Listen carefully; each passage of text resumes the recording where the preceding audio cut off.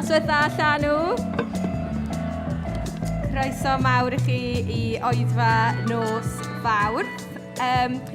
So, gwedwch wrtho fi, be mae pobl wedi bod yn gwneud heddi? Sgïo, glychu, yn bendant, dim trwsys sych ar ôl dy fi erbyn hyn, a pam fi mewn ffrog. A mae'n gwallt i wedi bod yn ffriz trwy'r dydd. Ond dyna ni, mae mwy o'r festival vibe gyda ni nawr, does. Ond, newyddion da, mae'r tywydd yn sychu. Woo! So, da ni'n gweddio, mae llawn ffydd, fydd hi'n bach o well fori. Ond da ni dal yn cael hwyl, dydan. Da ni dal yn mwynhau, da ni dal yn mynd i gwyb gartio yn y glaw, fel nes i heddi. A be, ydych chi wedi cyfarfod rhywun newydd? Ers dechrau'r hwyl? O, da iawn, falch o glywed hynna. Nes i gwrdd â lot o bobl newydd ddoe, dim gymaint heddiw. Fi newydd cwrdd â Steffan Jones sy'n gwneud seminar fori yn gynharach. Dwi'n lyfio cyfarfod pobl newydd. So, os ydych chi'n gweld pobl, ydych chi heb gyfarfod o'r blaen, ewch i siarad gyda nhw. Mae'n bwysig bod ni yn dod i'n nabod ein gilydd yn dydi. So, da ni'n edrych ymlaen am heno. Mae Stewart gyda ni eto heno. Mae Adlais gyda ni'n arwain yr addoliad. A mae Adlais yn mynd i fod yn arwain ni am gyfnod estynedig heno. Felly, ar ôl i Stewart siarad, bydd Adlais yn cario ymlaen i addoli. Gallwch chi adael os ydych chi eisiau, mynd i gael te a coffi, ond bydd yna cyfnod estynedig o addoliad. A bydd y gweinidogaeth gweddi hefyd yn ymlaen yn y cefn, felly cofiwch am hynny, mae hwnna ar gweddi ar gael i chi. Nawr te, un cyhoeddiad bach am sain yn y neuadd yma. Mae'n gallu bod bach yn swnllyd. Da ni wedi troi'r sain lawr rhywfaint, gymaint ni'n gallu, ond dal wneud yn siŵr bod y band yn swnio mor amazing a phosib. Felly, y cyngor erbyn heno yw, os ydych chi'n bobl sy'n eisiau rocio allan adeg yr addoliad, dewch i'r blaen. A os ydych chi eisiau gofalu am eich clistiau bach fwy, symudwch nôl i'r cefn. A croeso chi fynd â cadair yn bellach nôl os ydych chi eisiau. So, os ydych chi eisiau gwneud y switch na nawr, go for it. Tra bod fi yn siarad, croeso i chi newid sef nawr a newid cyn i'r addoliad ddechrau. Hefyd, mae yna, rhywbeth wedi dod i'n sylwi, mae yna 2 headset cyfieithu ar goll ar hyn o bryd. Pwy sy'n cuddio'r headsets? So, rhaid bod chi ddim yn deall fi. 2 headsets are missing at the moment. Desperately trying to find them. Felly, please bring them back to us. Bring them back to Arwel if you have them. A gaeth just cymryd y cyfle i diolch i Arwel am y gwaith cyfieithu anhygoel. Dim ar chwarae bach. Mae'n neud yr holl waith cyfieithu yma. A gan bod fi wrthi, a na i aros yn y teulu, a diolch i Lowry Jones am helpu gyda'r baned. Fantastic. Felly please dewch ar headset na nhw. O, jyst chydig bach o bethau am fori cyn i ni symud mlaen. Mae yna gwrdd gweddi bore fori am 8 o gloch yn yr un lle, y stafell uwchben y lle bwyta. A mae Deb Stammers yn arwain y cyfnod bach yna o weddi bore fori. A wedyn, fori bydd gyda ni Simeon Baker, Pat Simeon Baker o Gaerdydd yn annerch ni, ond bydd gwaith plant ieuenctid yn ystod y gwasanaeth bore, felly ewch ar blant ar ieuenctid i'r manner lle maen nhw bod erbyn 4:10. Dyna ni am tro, na i weddio cyn o bod adroes ymlaen. O Dduw Dad, dyn ni'n diolch i ti o ti yn dduw mor fawr.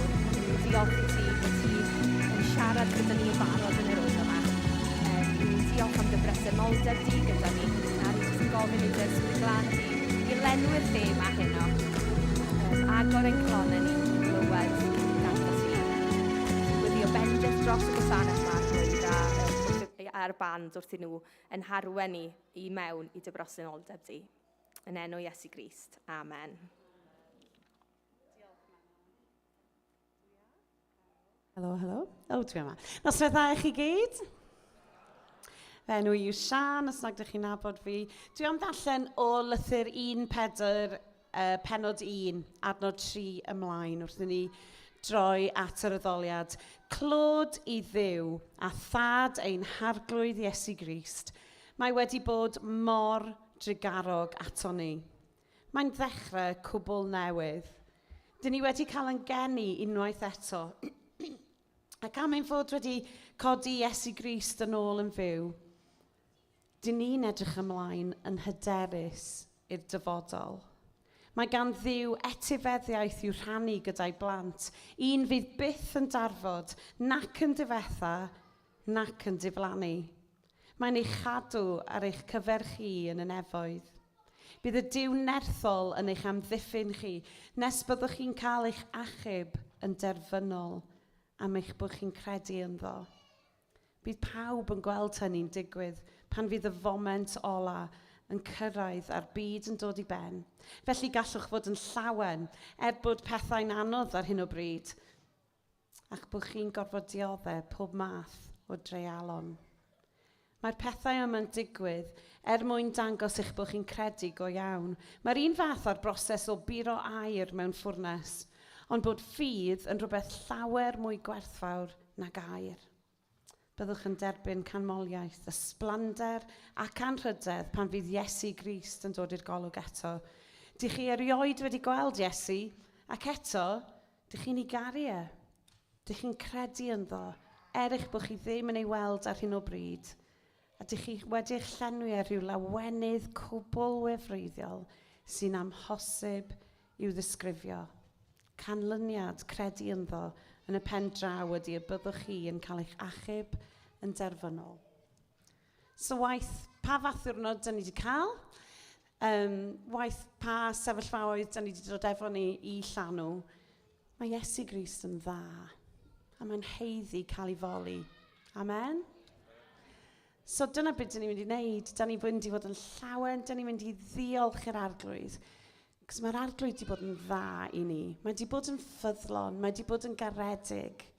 Dio ddim yn trin ni fel mewn pechodau ni'n heiddi. Ydy hynna i gyd yn ddigon o reswm i addoli? Gret, cawn ni sefyll ar yn traed ac mi nawn ni addoli.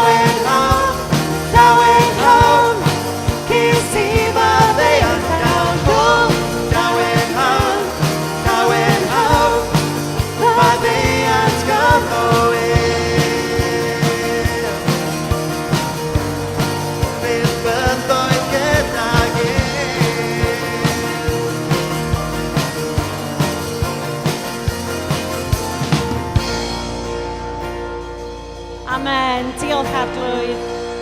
Ti'n rhoi caniatad i ni fod yn llawen, ti'n rhoi caniatad i ni ganu, ac i clapio, ac i ddawnsio. Arglwydd, ti wedi bod mor dda i ni, a dyn ni'n llawenhau yn dy garedigrwydd, yn dy drigaredd, yn dy ras, Arglwydd. Diolch, diolch Iesu.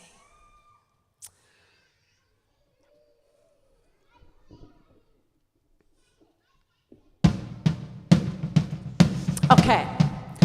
Chi wedi bod yn dawnsio, chi wedi bod yn canu, now's the time to clap.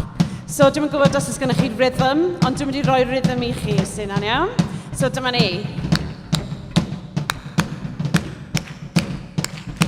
Gret. Chi yw'r drymiau heno.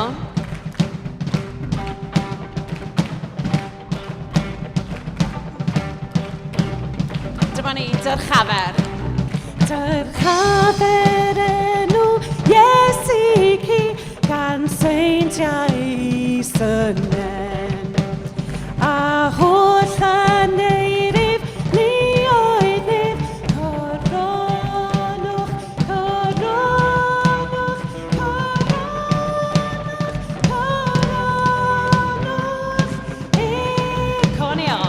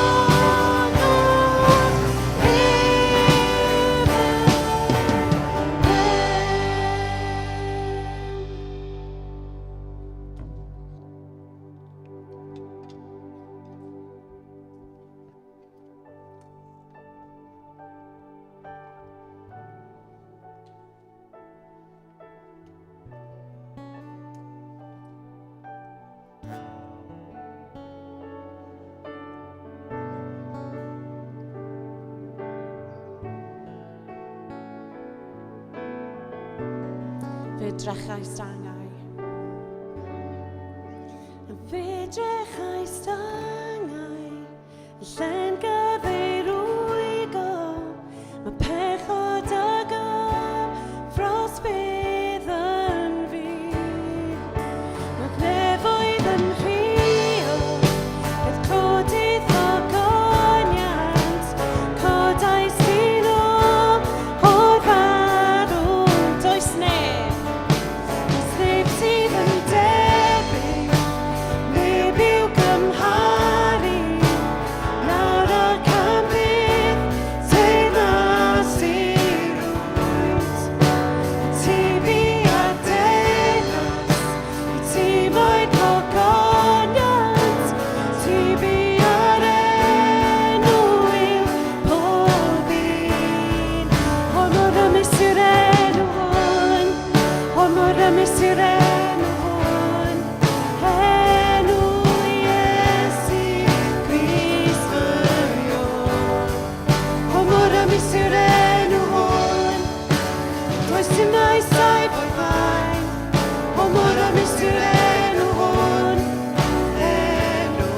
Does neb sydd yn debyg. Does neb sydd yn debyg. Neb i'w gymharu. Nawr ac am byth. Teyrnas i rwyd. Ti bi a deyrnas. Ti mae'n gogoniant. Ti bi a'r enw i'w pob un.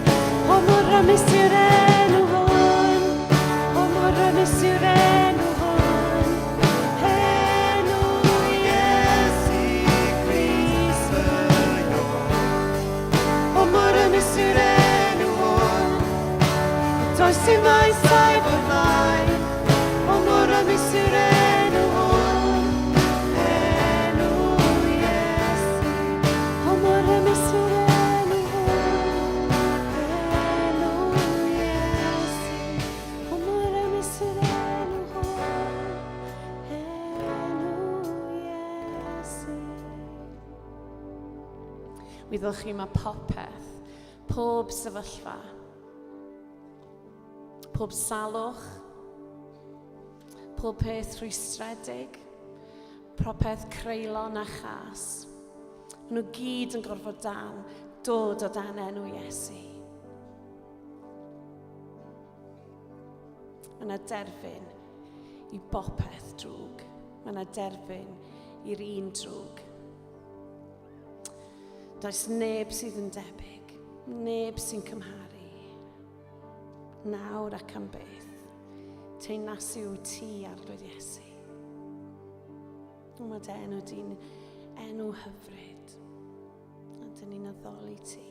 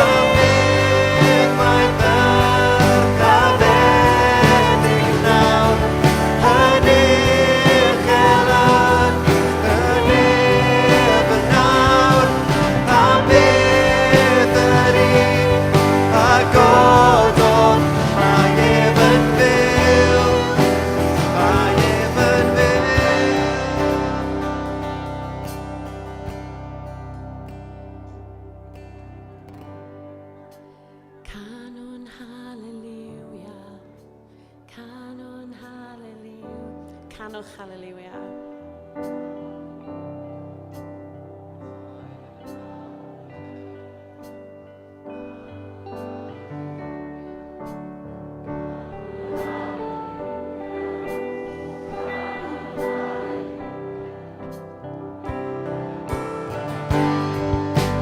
Canon Hallelujah, Canon Hallelujah, Canon Hallelujah, mae'r oen yn awr y ben.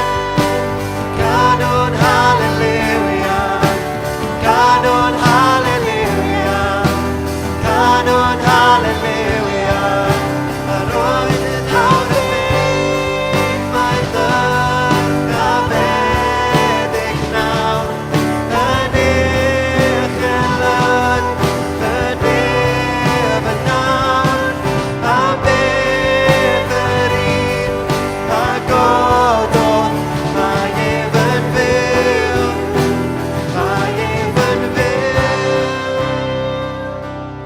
Cabydd mae'n ddarch o fedig nawr, yn uchelyn, yn ef yn nawr, A beth yr un a gododd, mae ef yn fyw, mae ef yn fyw.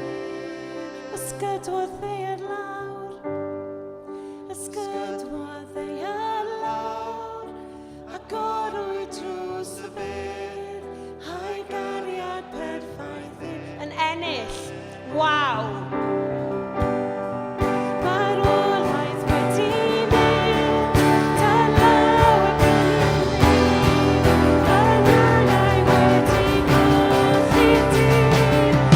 Cabydd mae'n ddyrch a feddyg nawr, yn uchelyn, y nef yn nawr, a beth yr un a gododd, mae ef yn fyw, mae ef yn fyw.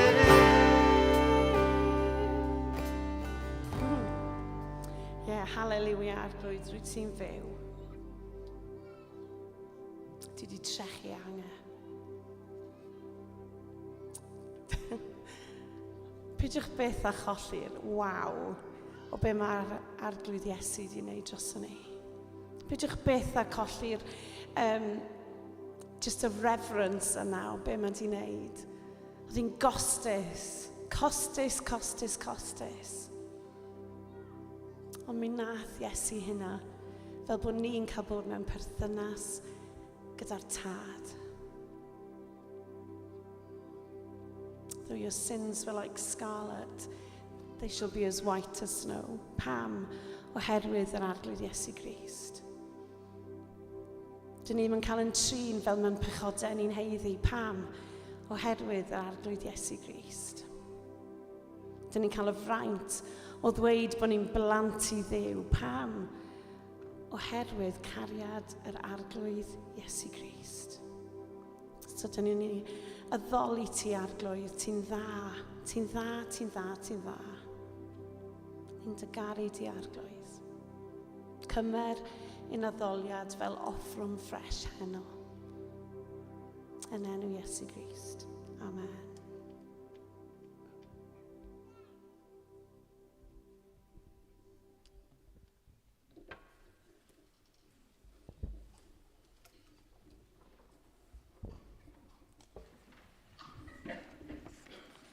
Amen.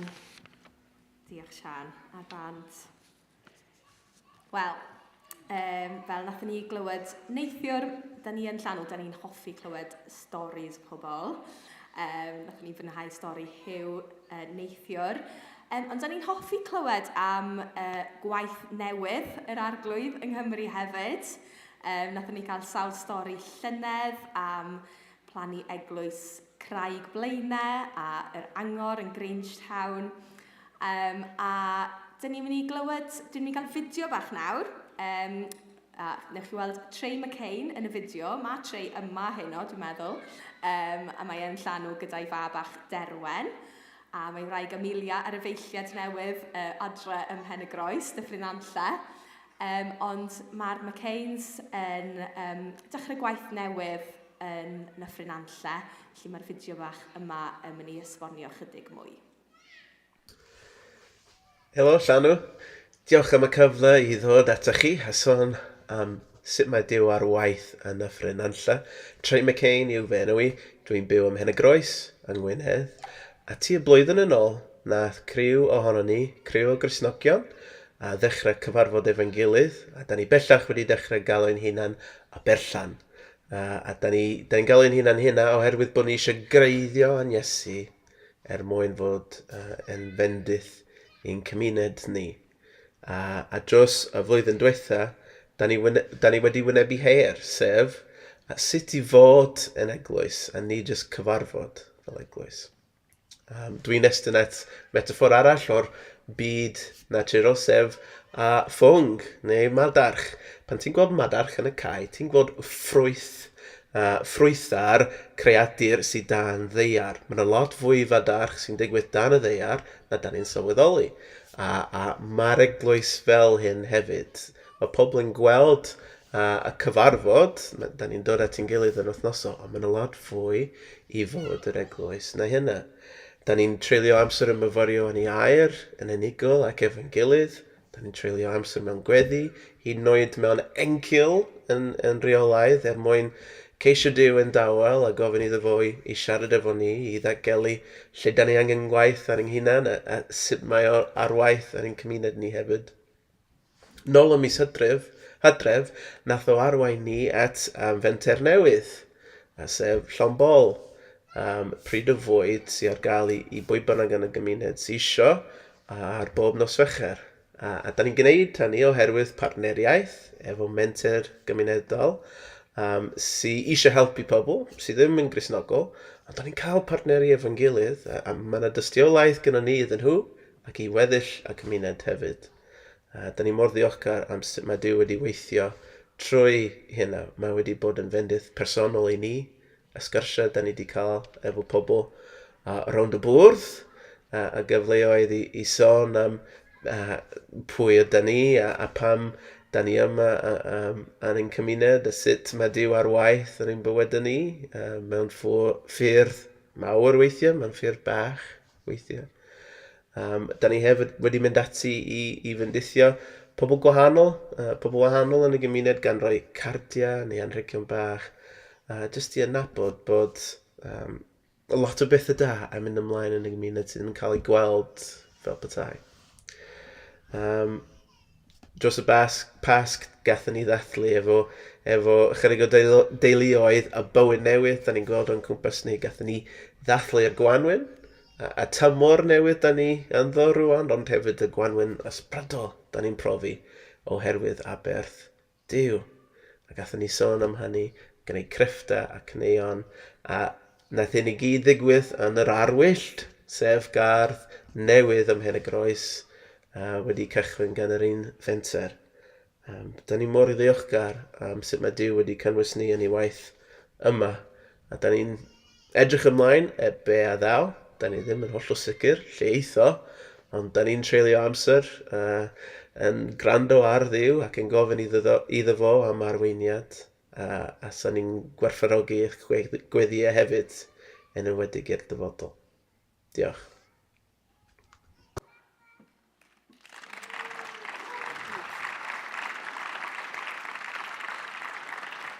Fel o'n i'n sôn, mae Trey yma yn yr oel os hoffech chi cael gair pellach gyda fe. Dwi'n siŵr bod e wrth i fod yn siarad gyda chi, a fel oedd yn dweud, bydd yn gret os chi'n gallu gweddio dros y berllan yn Dyffryn Nanlle. Nawr dwi am wahodd o Trey yn Americanwr, falle bod chi ddim wedi pigo hynny efo ni gyda safon i Gymraeg, ond dwi'n mynd i wahodd Ffrwd Byw i'r llwyfan nawr hefyd.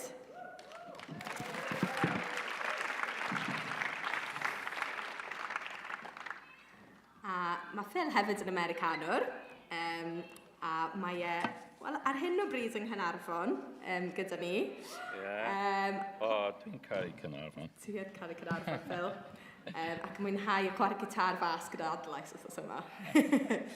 Phil, neu di ddweud chydig bach wrthyn ni am dy gefndir di, pwy wyt ti? Okay, so dwi'n dod o De California yn y radio. Ac dwi'n caru glaw.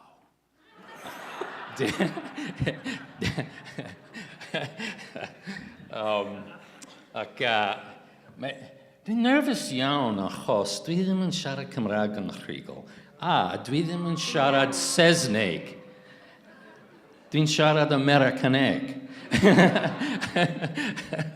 Ond, o'n i'n... achos dwi'n dod o De California, o'n i'n nofiwr, chwaraewr, polo dŵr, surfiwr yn De California, yn agos i San Diego. Ond doedd neb diw yn fy mywyd pan o'n i'n ifanc. Pan o'n i'n 21, es I wedi ffeindio fi. Roedd o'n, ac roedd o'n crazy iawn, y stori. Ond dwi wedi syrthio fy mywyd mewn I wneud pethau am Iesu. Felly, o'n i'n gweithio fel gweinidog yn De California, Carlsbad, California, am 14 flynedd. Ond o'n I eisiau symud I gogledd dwyrain yn agos I Boston. Dwi wedi plantio eglwys yn Salem, Massachusetts. Achos mae'n enwog iawn, Ac dwi'n licio antur. Felly, dwi wedi symud I Salem I cyfarfod y pobl sy'n ymarfer Dyweniaeth,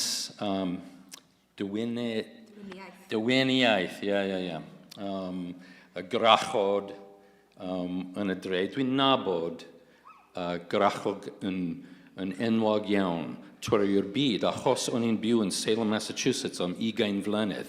Dwi wedi plantio church, yr eglwys ac trefnu llwyfan prif yn y dre trwy y mis Hydref. Achos yn Salem, mae o'n 31 dydd o Halloween ac 1 million pobl yn weld I Salem. Felly o'n i'n meddwl, paid y poeni, y byd yn dod I mi. Felly, o'n i'n trefnu gigs ar y llwyfan trwy y mis Hydref bob penwythnos ac o'n gweithio efo timau arall I helpu fi I wneud pethau ysbrydol ac yn hwyl iawn. Am 20 flynedd, roedd y pobl yn sefyll yn y llinell am 1 neu 2 awr I siarad efo y pobl yn helpu fi yn Salem. Roedd yn amazing iawn. Ond dwi wedi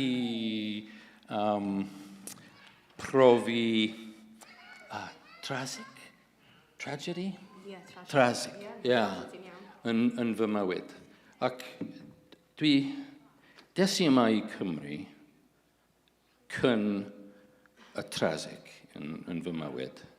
Dwi wedi syrthio mewn cariad efo Cymru. Dwi wedi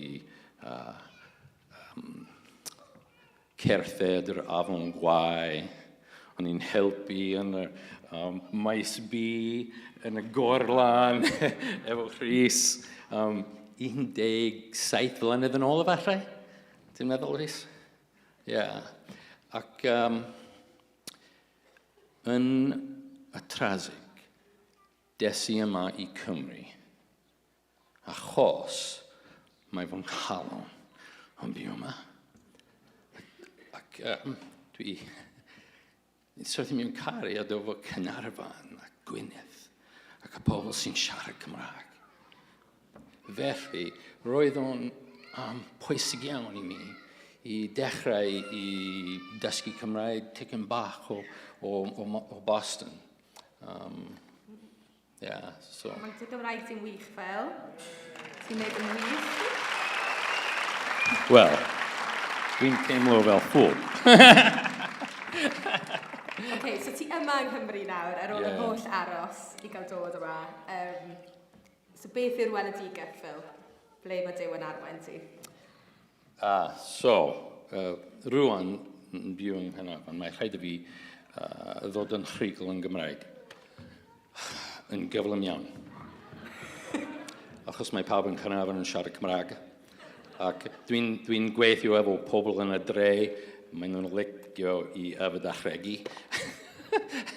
Os ti'n nabod Caernarfon, ti'n nabod.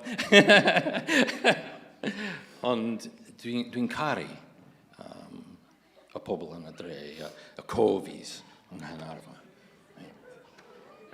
Maen nhw'n deud hello ac mae'n regu, ia?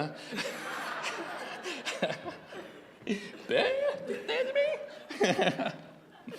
Ond mae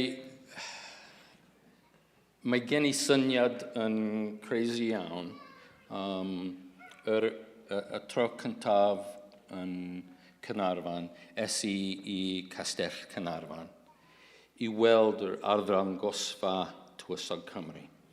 Ond o'n i'n darllen am yr hanes. Ond dwi'n cofio yn yr arddangosfa y geiriau yn dweud, Llywelyn ap Griffith, the last native-born Prince of Wales died in 1282. Dim gwybodaeth arall. Next line. Edward II, o'r Coran, tywysog Cymru nesa. Ac dwi'n gwybod mae o'n hanes apocryphal. Y tywysog o Coran, roedd o'n siarad Cymraeg, dim o'n iaith yn Cymraeg. Dwi'n gwybod mae o'n apocryphal, ond dwi'n gwybod dydy y tywysog Cymru heddiw dim yn siarad Cymraeg yn rhugl. Roedd y brenin rwan, dydy o ddim yn siarad yn rhugl. Darllen y geiriau tipyn bach. Ond o'n i'n dechrau I crio yn y stafell. Dwi'n meddwl am hanner awr o'n i'n crio yn meddwl. Mae pobl yn Cymru angen rhywbeth wahanol. Pobl sy'n cario efo nhw. Felly, dwi wedi deud I fy hun rhyw dydd dwi isio dod yn ôl. A dwi isio cerdded dros y glad am un flwyddyn ac un dydd yn siarad ac yn siarad dim iaith yn Gymraeg. Achos mae pobl o Cymru isio angen I gwybod mae'r byd yn cario ti. Ia? Felly dwi'n paratoi am y daith rwan. Dwi'n mynd I dechrau y daith yn yr Eisteddfod eleni. I fynd o Eisteddfod genedlaethol I Eisteddfod nesa. Ac yn cerdded o dre I dre. Ac yn siarad efo pobl ar y ffwrdd. Am yr hanes Cymru I helpu dysgwyr arall I dysgu I fyw yn Gymraeg. Yeah? Mae'n un peth I siarad Cymraeg. Yn peth arall I fyw yn Gymraeg. Yeah? Felly, so. Wel, mae'r blwyddyn yma'n dechrau yn y Steddfod, a ti dim ond yn mynd I fod yn siarad Cymraeg am blwyddyn. Yeah. A cynteithio le, cerdded o le, yn bwysig iawn. Yeah. Sut mae eglwysu, sut mae pobl, Cristnogion yn gallu helpu ti, cefnogi ti, neu dod I gerdded gyda ti falle? Yeah, so, cyntaf, gweddi mi. Dwi angen gweddi. Lot. Ond, ti'n gallu ffeindio fi ar y we, ffrwdwyman.com. Ac dwi'n mynd i...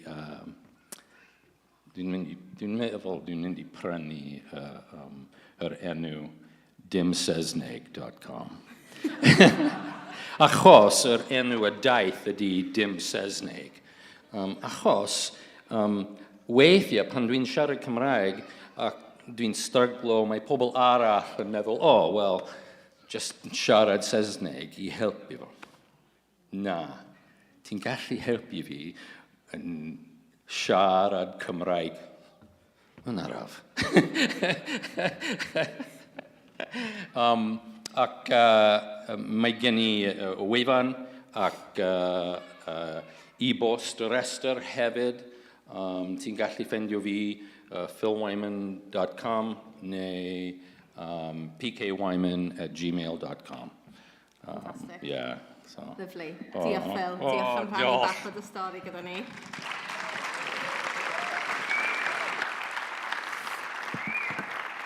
Grêt. Iawn. Dwi'n siŵr fydd y Phil yn hapus iawn i cael sgwrs gyda chi yn ystod yr wythnos, gwedlu'r wythnos, os ydych chi diddordeb cydweithio gyda fe a'i helpu fe mewn rhyw ffordd. Ond nesa, da ni'n mynd i gael Alice yn dyfynnu i wneud darlleniad heno. Diolch, Alice.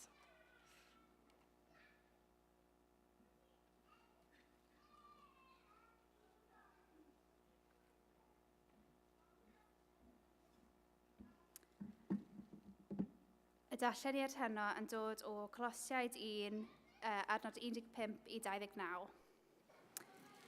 Mae'n dangos yn union sut un ydy y Duw anweledig, y mab hynaf wnaeth roi ei hun dros y greadigaeth gyfan. Cafodd popeth ei greu ganddo fe, popeth yn y nefoedd ac ar y ddeiar, popeth sydd i'w weld, a popeth sy'n anweledig. Y grymwydd a pwerau sy'n llywodraethu a rheoli. Cafodd popeth ei greu ganddo fe yw anrydeddiau.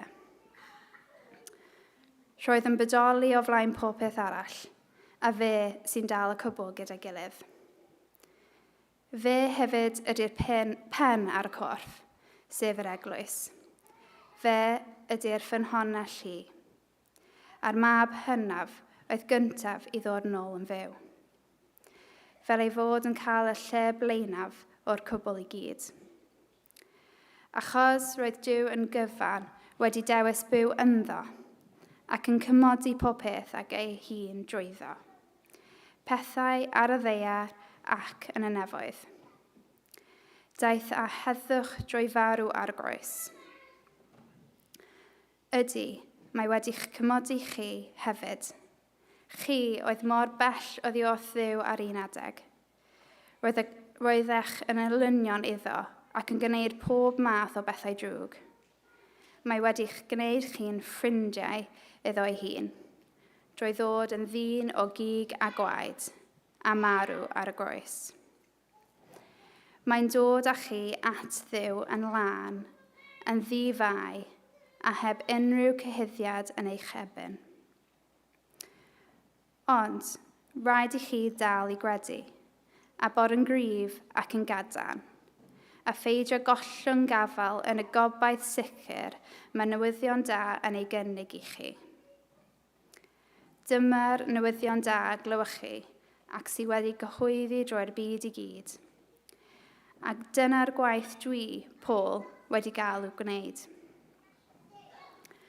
Dwi'n falch o gael dioddef drosoch chi. Dwi'n cyflawni yn fy nhoffi beth o dioddef sydd ar ôl, sef gofidiau'r Meseia, a hynny mwyn ei gorff yr eglwys. Dwi wedi dod yn was iddi am fod Duw wedi rhoi gwaith penodol i mi, i gyhoeddi'r neges yn llawn ac yn effeithiol i chi sydd ddim yn Iddewon. Dyma'r cynllun dirgel gafodd ei gadw o'r golwg am oesoedd a cenedlaethau lawer, ond sydd bellach wedi dangos i bobl Duw. Mae Duw wedi dewis dangos fod y diogelwch ffantastig yma ar gyfer pobl o pob cenedl. Y diogelwch ydy bod y Meseia yn byw ynoch chi, a dyna'r hyder sydd gynnwch chi a cael chi rhan yn y pethau gwych sydd i ddod. Dyn ni'n cyhoeddi'r neges amdano ac yn rybuddio a dysgu pawb mor ddwyth ag y gallwn ni. Dyn ni eisiau cyflwyni pawb i Dduw yn ddyrynwyr eiddfed i'r Meseia. Dyna pam dwi'n gweithio mor galed gyda holl egni mae'n ei roi i mi.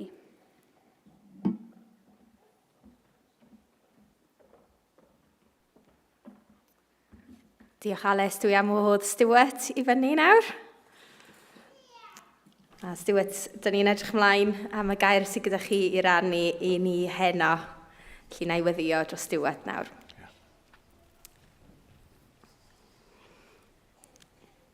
O Iesu, mae dy enw di mor rymus. Does dim byd yn gallu sefyll o'i flaen e.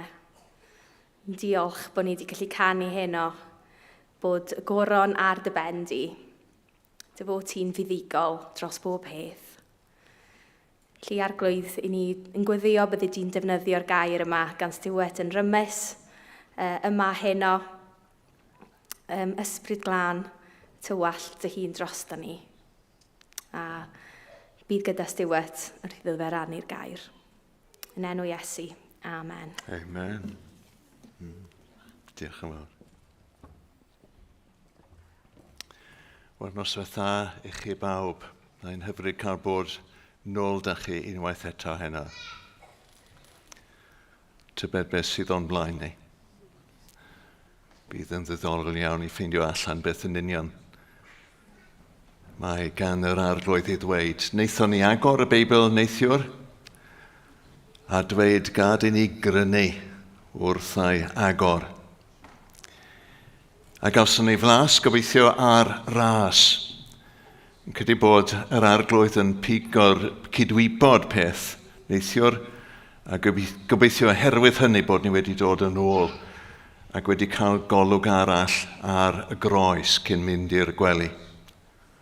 Blas ar ras. Wel, heno i ni'n mynd i gael blas ar ogoniant. A felly wrth i ni agor y Beibl, gad i ni lawenhau. Wy'n dod lawr y star bob bore i weithio paned o goffi, ac mae yna tanc dŵr gyda 5 o bysgodyn coch ynddo fe. Maen nhw yn fy nghroesawu i bob bore. Wy'n gweld nhw, maen nhw yn gweld fi, a fi yn gweld nhw, a maen nhw'n nofio nôl ymlaen. Cynffonau yn mynd fel propellers. Maen nhw'n dod i'r wyneb a dweud bore da, wel, bach yn exaggeration da, ond maen nhw'n dod i'r wyneb i gael pryd o fwyd. Wy'n rhoi y pellets iddyn nhw, a maen nhw'n codi i wyneb y dŵr gyda'r cegau ar agor. Maen nhw'n ddisgwylgar. Oedd bobl Colose wedi derbyn ysbryd Crist. O'n nhw wedi blasu gras. Ac nawr beth sydd yn digwydd yn y llythyr nath Paul ysgrifennu atynt, beth sydd yn digwydd nawr yw bod Paul yn disgrifio iddyn nhw beth yn union sydd wedi digwydd. Pwy yn union sydd wedi dod mewn iddynt. Pwy sydd wedi ei meddiannu nhw. A mae'n disgrifio Iesu mewn 5 ffordd wahanol. A wy'n mynd i sôn am y 5 yna heno. Yr un gyntaf, mae'n dweud, yr un sydd wedi dod ato chi, yr un sydd wedi dod i'r byd, yr un sydd wedi eich meddiannu chi, fe yw delw y Duw anweledig. Mae yna yn adnod 15. Mae'n dangos yn union sut un ydy y Duw anweledig. Dyna beth oedd gwaith Iesu, rhan o'i waithau wrth ddod mewn. Un o'r resymau pwysig a ddaeth Iesu oedd i wneud yn weledig yr un sydd yn anweledig.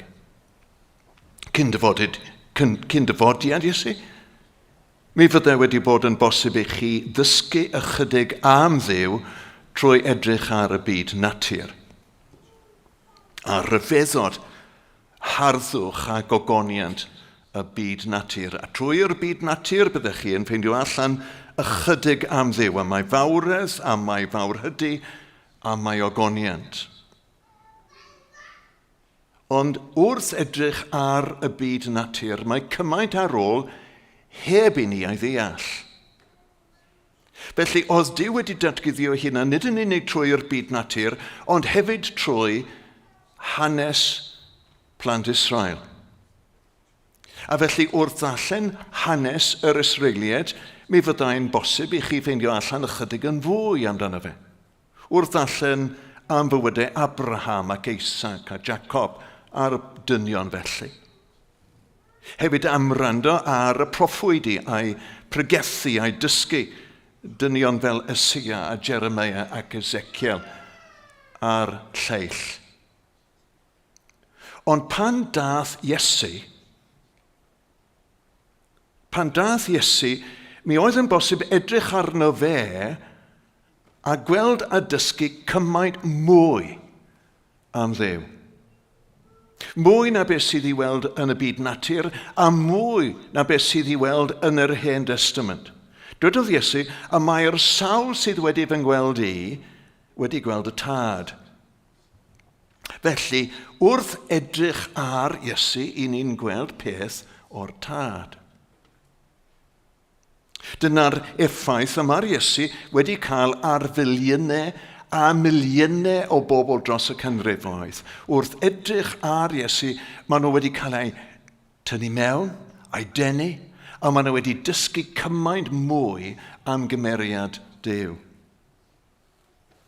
Beth ych chi yn gweld yn ddyfed tybed? Tosteri? Ie, sicr. Cariad? Ie, sicr. Addfwynder? Ie, tynerwch. Gofal.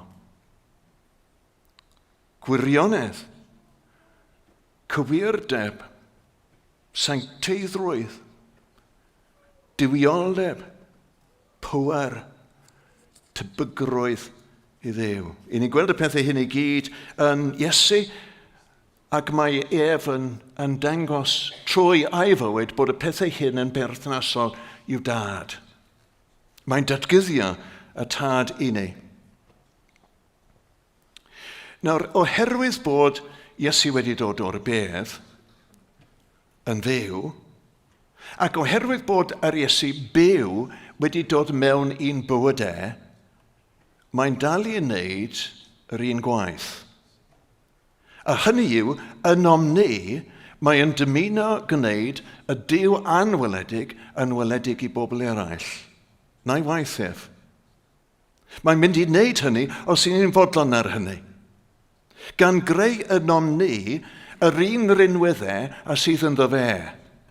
A trwy hynny gwneud y tad, y Duw anweledig yn weledig i'r byd o'n cwmpas. Ac felly i greu yn omni, tosteri, cariad, addfwynder, tynerwch, cywirdeb, sancteiddrwydd, diwioldeb, tebygrwydd i Dduw. Dyna beth oedd e'n wneud tra bod e'n cerdded ar y ddaear. Dyna beth mae'n dal i wneud yn ei bobl heddiw os ydyn nhw'n fodlon ar hynny. Dyna beth yw blas gogoniant. Bod Iesu trwy ei ysbryd yn dechrau gwneud ei dad yn weledig yn omni. Gai ofyn, sut mae'n wneud erbyn hyn? Mae'n gwestiwn ond ydy. Sut mae'n wneud erbyn hyn? Dangos y tad trwy omni i'n teulu ac i'r bobl sydd yn byw o'n hamgylch. Yn ail, dydodd Paul, yr Iesu a ddaeth mewn i chi sydd wedi eich meddiannu, dyma yr ail ddisgrifiad ohono fe. Y cyntaf yn edig yr holl greadigaeth. Y mab hynaf yn y Beibl.net, y mab hynaf wnaeth roi ei hun dros y greadigaeth gyfan. Ga i ofyn i chi, pan ych chi'n meddwl am Iesu yn grwt bach, faint o addysg gasau chi'n meddwl? Faint o ysgol? Wel, dim byd yn de, oedd dim ysgolion i gael ar y pryd. Felly faint o addysg? Chos y ddim y fath addysg sydd ar gael i ni y dyddi hyn, o ddim GCSEs neu lefel A neu mynd i'r prifysgol i gael gradd, gwaith sâr o'i flaen e. Neu yrfa am flynyddau oedd yn iawn gyda choed felly, ond fyddech chi ddim yn gwahodd Iesu ddod i ailweirio y tŷ, neu i drwsio'r car, fydde ddim yn deall pethau fel ni. Dwi ddim yn deall y ffôn symudol neu Instagram neu y cyfrifiadur. Ond i chi a finne wedi ein llenwi gan pensaer y byd, gan y creawdwr. Dyna'r un i ni wedi gwahodd i ddod mewn i ni. Mae yn od felly, ond ydy, bod ni yn delio ag yr Iesu, fel bod e'n grwt bach 5 oed, sydd yn deall fawr o ddim ac yn methu darllen.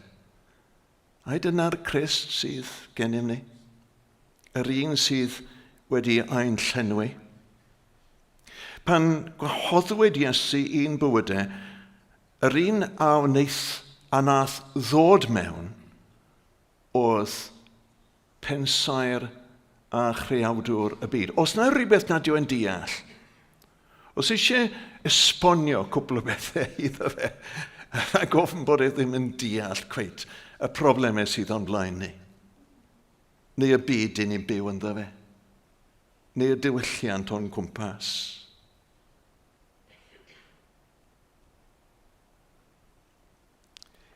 Nath e greu y gorseddau, yr arglwyddiaethau, y tywysogaethau, yr awdurdodau, hyd yn oed y rai sydd wedi codi yn ei herbyn, oherwydd y ffaith bod e wedi rhoi ewyllus y rydd iddynt i gyd. Maen nhw ei weld yn nerthol, maen nhw ei weld yn ddistrywiol, ac mae ambell un ohono ni di ni'n pryderu am y dyfodol. Di ni'n pryderu am ein plant, a'n wyron, a beth sydd o'n blaen ni, a beth sydd yn mynd i ddigwydd. Wel, ga i awgrymu heno bod ni yn ryddhau yr Iesu at gofadedig, pensaer a chreawdwr y byd, di ni yn ei ryddhau a'i wahodd i'n pryderon. I ni ildio ein hofnau iddo fe a bod yn dangnefeddus. Rwch stop ar geisio ai addysgu ef a chaniatewch iddo ef a'n dysgu ni. Dyna beth yw blas gogoniant, y creawdwr pensaer y byd gyda ni ac yno ni. Na'r ail ddisgrifiad o'r Iesu. Beth am y trydydd? Mae'r meic yma'n diflannu, ond ych chi'n cymryd popeth o hyd, ond ych chi. Trio ni fel ni. So, y trydydd. Beth ydy Paul yn dweud? Wel, mae Iesu yn ddelo.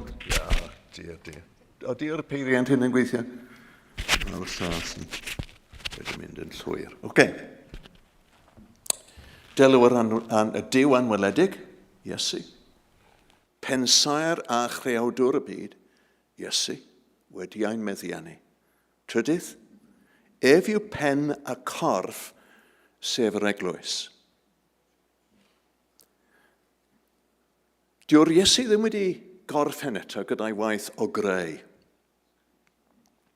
Wrth edrych ar ein planet ni, yr argraff i ni'n cael yw bod y planet ei hunan ar ben. Mae'n weindio i lawr, ond dyw e ddim.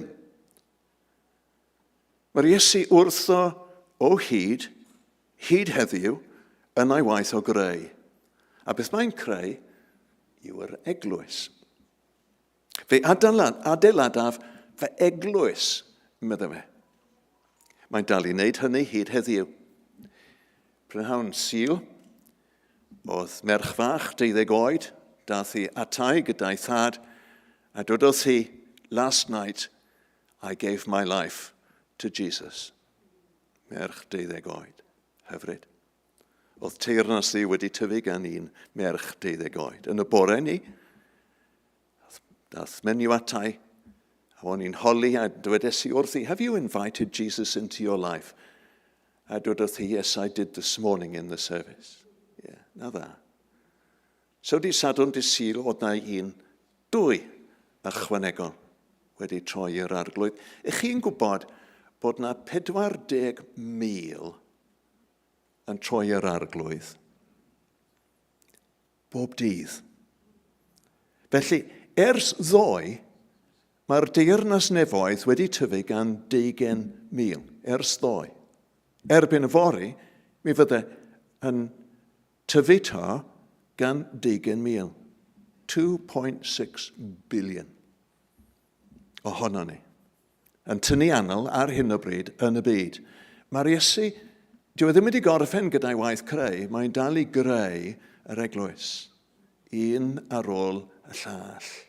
Miloedd a miloedd a miloedd. Dyw'r eglwys ddim wedi bod yn fwy o faint erioed yn hanes y byd nag y mae heddiw. Ac mae'n tyfu yn gyflymach nag erioed o'r blaen. A beth sydd yn hyfryd am hyn yw bod bob un yn cael ei ychwanegu at eglwys sydd ddim yn colli aelodau trwy farwolaeth. Felly, y rai sydd yn byw heddiw, maen nhw yn cael ei ychwanegu at y rai sydd wedi marw ac sydd yn sefyll ger bron gorseddfaint Duw nawr. Felly, fydd ei deyrnas byth yn colli tir. Mae'n ennill tir. Trwy'r amser, mae'n ennill tir. I ni'n gweld yr eglwysi yn dirywio ma yng Nghymru, ond mae ei deyrnas yn tyfu o ddydd i ddydd. Mae'n adeiladu yr eglwys. Dyna reswm pam, os ych chi'n cofio, y diwrnod cyntaf wnaethoch chi flasu gras, os ych chi'n cofio, y diwrnod cyntaf, y digwyddodd hynny, oedd blas arnoch chi gael cymdeithas gyda Christnogion eraill. Chi'n cofio ni? O'n i yn 12 oed fi hunan yn clywed bod Iesu wedi marw droso fi yn y bore, cwrdd bore mewn capel bydyddwyr. Fe glywys i ni. A nath e daro fy nghalon. O'n i mor anfodlon y bore ni yn mynd i'r cwrdd. Oedd mam ddim yn mynd, ond oedd hi yn fy ngorfodi i fynd. Ac o'n i'n gragdau. Fe glywys i bod Iesu wedi marw dros fi. Es i nôl yn yr hwyr. Neb yn dweud wrtha i fynd. A sefys i ymlaen wedyn yn y cwrdd ieuenctid. 2 gwaith y Sul. O dim gwrthod, oherwydd beth oedd wedi digwydd, oedd Iesu sydd yn adeiladu'r eglwys wedi dod i mi, ac oedd blas wedyn ar gymdeithas Cristnogion. Ond nid oedd hynny yn brofiad i chi hefyd. Credu bod e. O chi'n anfodlon o dim diddordeb da chi o gwbl yn pethau Cristnogol, ond gyda'r arglwydd yn dod, beth ddigwyddodd? Dath y pethau yn fyw, yn sydyn reit o diddordeb da chi. Oherwydd bod pen yr eglwys wedi dod i'ch bywyd. Blas gogoniant, pen yr eglwys yn adeiladu'r eglwys ynoch chi a drwoch chi. So na'r trydydd beth, delw'r anwyledig sydd wedi dod, creuawdwr a phensau'r y byd wedi dod, pen yr eglwys wedi dod. I ni'n dod nawr at y pethau diddorol tu hwnt. Gobeithio bod chi da fi o hyd. Dyma'r pedwarydd. Yr un sydd wedi dod yw y cyntaf-anedig o blith y meirw, adnod 19. Cyntaf-anedig o blith y meirw. Cyn bod Iesu wedi cerdded allan o'r bedd yn fyw, y profiad normal oedd bod pobl oedd wedi marw wedi aros yn farw. Dyna'r profiad arferol. Ambell waith, wy'n siŵr hyd yn oed ar adeg ni, oedd ambell un yn cael rhyw fath o resuscitation. Hynny yw, bod nhw wedi marw daeth anal nôl a wnaethon nhw fyw eto am spel. Ond, o fewn rai blynydde, buond farw unwaith eto ar ail dro, wnaethon nhw aros fel ni, wedi marw. Ar ail dro, ond wedi aros fel ni. Nawr, chi'n gwybod cystal â fi bod y near-death experiences yma, yr NDEs yn mynd yn eitha gyfarwydd. Ond, dyma'r pwynt. A wi am feddwl am hyn da chi jyst am funud. Pan daeth Iesu allan o'r bedd, daeth e allan o'r bedd gyda corff wedi ei trawsffurfio yn llwyr. Gyda chorff oedd yn barod i fyw yn y nefoedd. Nid bod e wedi cael ei anal yn ôl, ond bod y corff naturiol a oedd ganddo fe o'r blaen wedi ei drawsffurfio i fod yn gorff ysbrydol. Felly, beth sy'n gwyddodd i gorff Iesu yn y bedd oedd e'n wyrth. Dyna beth sydd eisiau pwysleisio. Rhywbeth anaturiol. Gwaith Duw oedd e. Y tad gododd Iesu o'r bedd. Nath y tad waith ar gorff Iesu i trawsffurfio corff farwol, materol, cnawdol, a i wneud e yn gorff ysbrydol anfarwol. Oedd e'n wyrth. Corff tebyg oedd ganddo fe, yn sicr, oedd Mair Magdalen yn adnabod e wrth ei lais.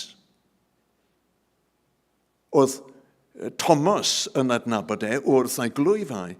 Yr un corff, ond corff oedd wedi ei trawsffurfio, corff gwirthio.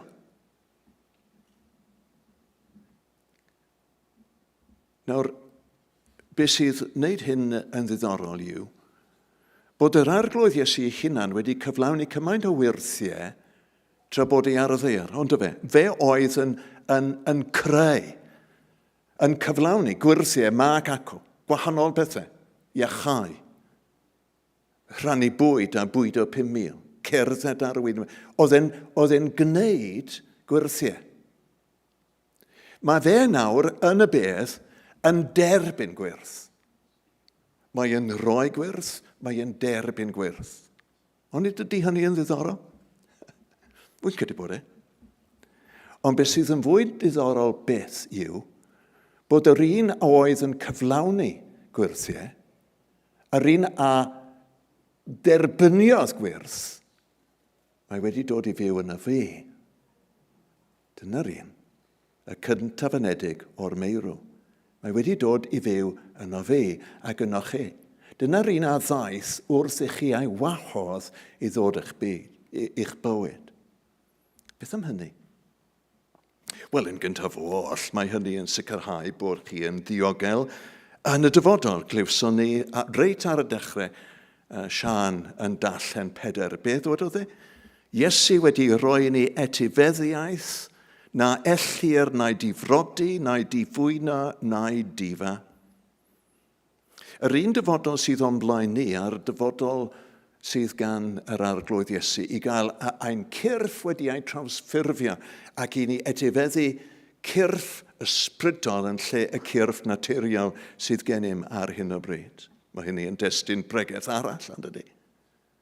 Paul yn ysgrifennu at y Corinthiaid yn dweud, yn sôn am ein cyrff, heir mewn llygredigaeth, cyfodir mewn anllygredigaeth, heir mewn gwaradwydd, cyfodir mewn gogoniant, heir mewn gwendid, cyfodir mewn nerth, yn gorff anianol yr heir ef, yn gorff ysbrydol y cyfodir ef. Hyfryd.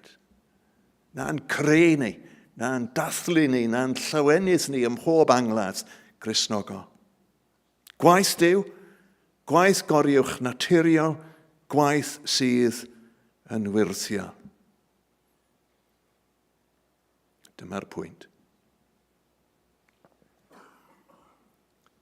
Os eisiau gwirth arnoch chi, pwy sydd yno chi? Os eisiau gwirth, pwy sydd yno chi?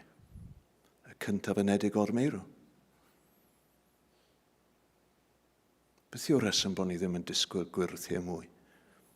Gai ofyn. Dyn ni yn gweddio, ond ni. Ond pan dyn ni'n clywed bobl yn sôn am wirthiau, yr yw ffordd na gilydd, Mae yna WhatsApp grŵp da ni yn ein heglwys ni yn Rhyd y Pennau, rhwng yr arweinwyr. Y crwt bach wedi geni, Edward syndrome sydd arno fe, drian, ond wedi ffeindio hyn allan mis cyn bod wedi cael dod i'r byd, a nath y mygddygon cynnig erthyliad i'r fam. Ond nhw'n dweud, the child is not going to live. Ac oedd hi yn gwrthod, mae hi yn Gristion gloyw. Nath hi wrthod, mae'r crwt bach wedi geni, Boaz, un ni'n gweddio dros y fe bob dydd, a mae wedi bod yn fyw ers 10 diwrnod erbyn hyn. Ond beth oedd wedi taro fi oedd bod un o'r arweinwyr wedi ysgrifennu nodyn, WhatsApp, a dwedodd hi, I'm praying for a miracle. Ac o'n i'n teimlo beth yn y byd sydd yn bod arna i, wy'n gweddio dros dy fe, o'n i'n gweddio dros y fam, a'r tad, a'r teulu, ond dwedodd hi, I'm praying for a miracle. Beth yw'r reswm bod ni ddim yn disgwyl? O'n i'n siarad â dyn mis Hydref diwetha, tra bod i mas yn Israel. Oedd e'n gweithio gyda ni yn y Garden Tomb. A dwedodd e, pan o'n i yn 35 oed, fe ges i aneurysm yn yr ymenydd. O'n i mewn coma am wythnos. Dydys i wrtho fe, I must ask you, I've never spoken to anybody who's been in a coma and recovered. What was going on? Were you aware of anything? He said, whilst I was in the coma, God was dealing with me. I said, you can't be serious. He said, when I was in the coma, God said to me, you've got a choice. You can either come to heaven with me now, or you can go back and you can finish the work that I've appointed for you to do. Wy'n adnabod y dyn yma, Andrew yw enwedd, mae'n byw yn Kenilworth, ac bron 10 mlynedd ar ôl hynny, oedd yn gweithio fel offeiriad. Fe ddath nôl, dwedodd e wrth yr arglwydd, I've got a wife and 2 children, I want to go back, and I do want to Oedd e mewn coma. A Duw yn siarad ag tra bod e yn y coma. I ni ddim yn gwybod i ni. Tra bod ni mas na, dwedodd menyw arall, oedd i ges i air gyda i, chymod i ni'n dangos ymwelwyr rond yr ardd dyna'n gwaith ni wrth fynd allan. A dath y fenyw hon atai, o'r Almaen credu oedd i. A dwedodd i, I've come back to say thank you, because 2 years ago I stepped out of that grave and I was healed instantly of scoliosis. Pwy sydd yn onni? Y cyntaf yn edig o'r meirw. Mae yna dyn arall yn Jerusalem, gewch chi fynd i gwrdd ag Ffrwd Byw. Mae yna galeri gael yn yr hen ddinas. Ac mae Ffrwd Byw yn artist, a mae'n ddiddorol iawn. Chi'n mynd lawr na, a chi'n gweld y luniau, a mae'r Iesu yn anadlu trwy bron bob un ohonyn nhw. Mae yna llun hyfryd o llew Juda. Lot o figiliaid. Mae'n ddiddorol iawn. Es I mewn just I weld a'i waith, a dath ei atais I gyflwyno hynna. Ffrwd Byw. Blue and White Gallery. Dwedais I mod i'n gweithio yn the Garden Tomb. Dechreuodd I used to play there as a child, medda fe. And ath ymlaen I ddweud, well, do you know, I've got to tell you. He said, for 5 years, if I wanted to go to the toilet, somebody had to carry me there. And after I'd been to the toilet, they had to carry me back to my chair. Some Christians came to me. Some Christians came to me. And they heard about my condition and they prayed for me. 3 days later, I was walking. 7 days later, I was back in my studio. They called me the Miracle Man. Pwy sydd yno chi? Y cyntaf anedig o'r meiro. Dyna'r un. Nawr, wi ddim wedi gorffen eto. I ni wedi cyrraedd y 4 pwynt, a mae yna 5. Ond i ni mynd i stopio, jyst am funud. Faint o amser ydy yn cymryd i ofyn am wyrth? Wel, oeddi munud yn ddigon? Chi moyn bod fi yn cadw fy llygaid ar y eiliadau. Munud. Cewch llyged. A jyst gofyn, os eisiau gwyrth, gofynwch. Iechyd rwy'n arall, gweld troedigaeth, safio'r briodas, beth yw y broblem heddiw? Gofynwch.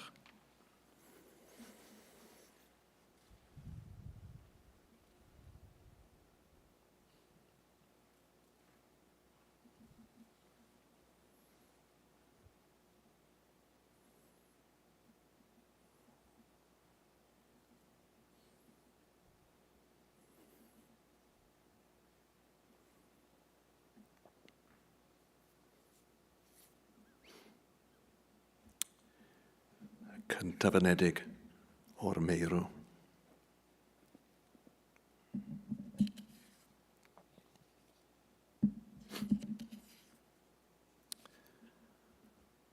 Pwy sydd wedi ein meddiannu ni?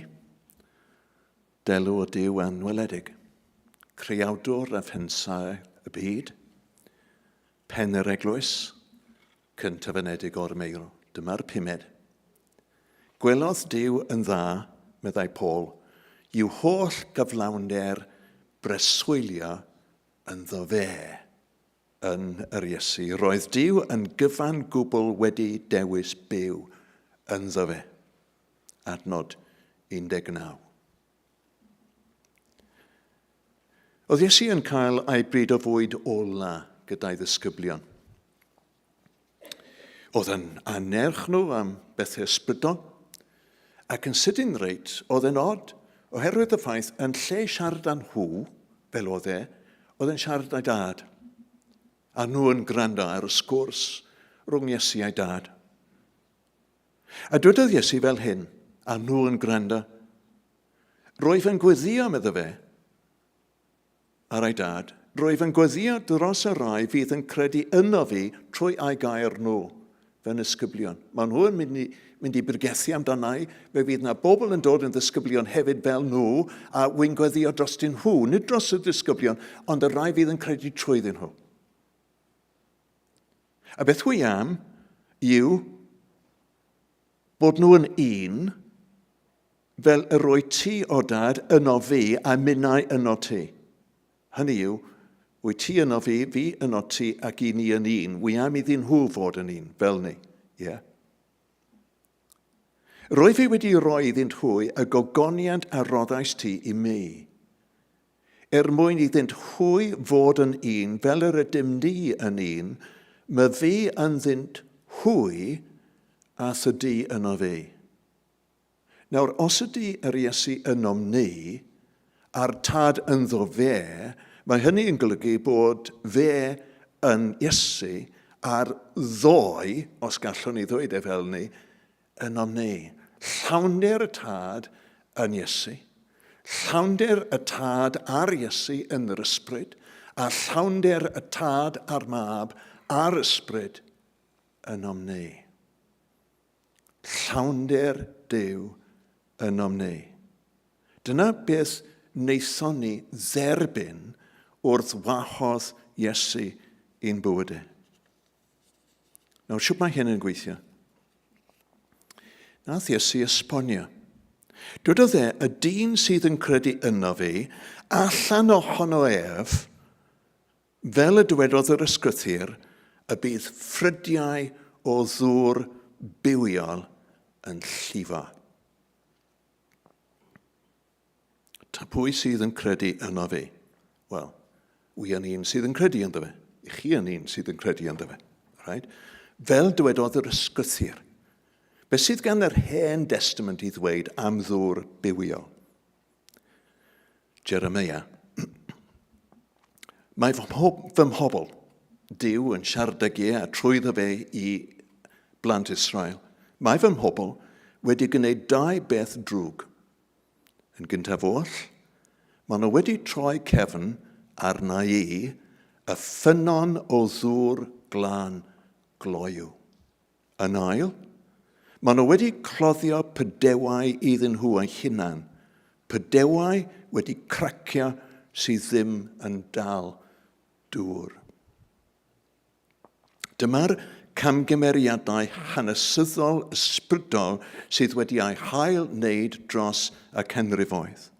Bobl wedi troi i ffwrdd oddi wrth y llif bywio sydd yn yw, ac wedi dechrau trio gwneud wrth ei hunan. Mae cymaint o wahaniaeth ond os rhwng dŵr sydd yn llifo mewn nant neu afon a'r dŵr sydd yn llonydd mewn pwrl. Un sydd yn cario bywyd gydag a llall, os ydy yn sefyll yn llonydd yn rhy hir, mae'n dechrau marw. Fel hyn mae'n gweithio. Mae eisiau.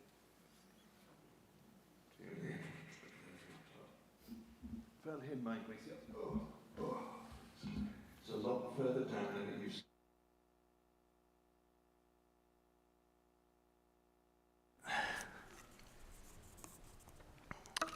O dŵr dan ni'n neithiwr.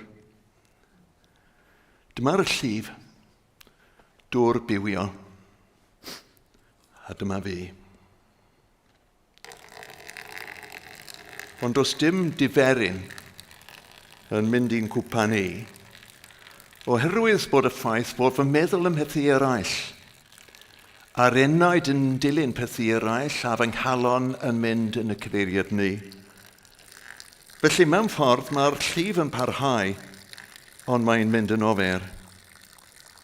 A wy'n teimlo yn euog mod i'n colli mas, a felly wy'n dod yn ôl ychydig o'r ffordd. Ond wy ddim wedi dod yn ôl yn ddigon pell. Mae'r llif yn parhau, ond o hyd wy'n derbyn dim.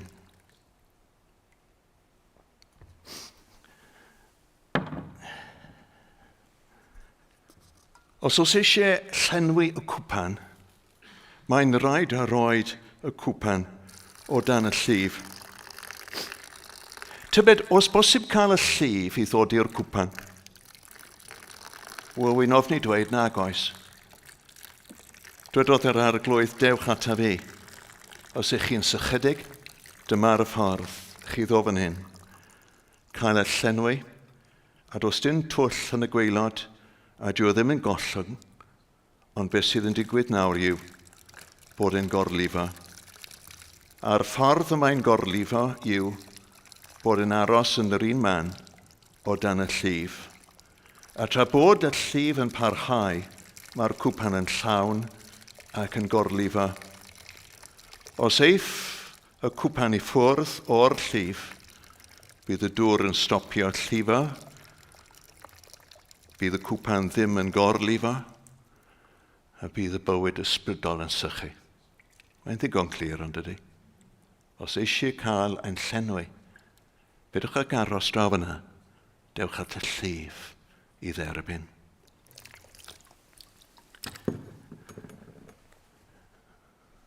Pum pwynt. Yn sôn am yr Iesu sydd wedi ein meddiannu, a'r gogonion sydd yn mynd llaw yn llaw gyda hynny. Iesu ynom ni yn gwneud Duw yn weledig. Iesu ynom ni yn rhoi oed angnefedd. Iesu ynom ni yn adeiladu ei eglwys. Iesu ynom ni yn cyflawni gwirthiau. Os ych chi wedi cael un heno neu chi'n cael un yn ystod y dyddiau nesaf, hoffwn i glywed amdano fe os gwelwch yna. A Iesu sydd yn dod i roi o'i lawnder.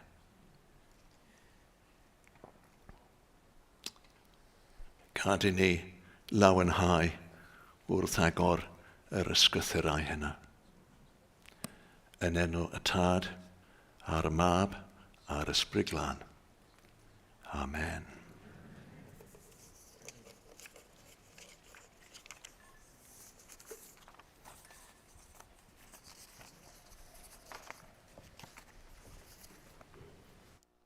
Diolch, Stuart. Am agor gair Duw i ni heno. Dyn ni'n mynd i ymateb mewn eiliad. Os ydych chi angen mynd i weld eich plant, dim problem. Ond be am i ni just eistedd ym mhresenoldeb yr arglwydd? Just am funud.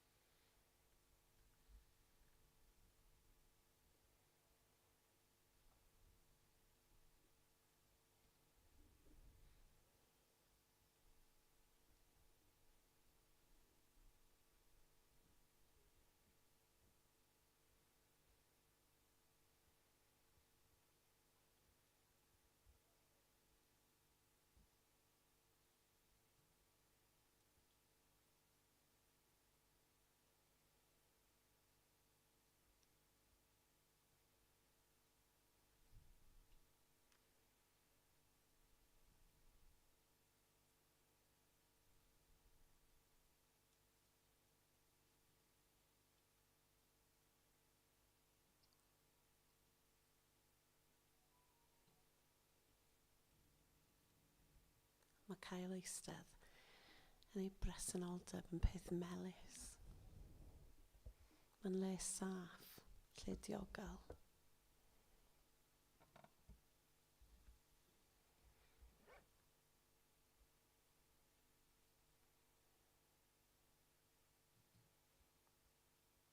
Tybed be mae'r arglwydd yn dweud wrtho ti heno. Be fydd dy ymateb di?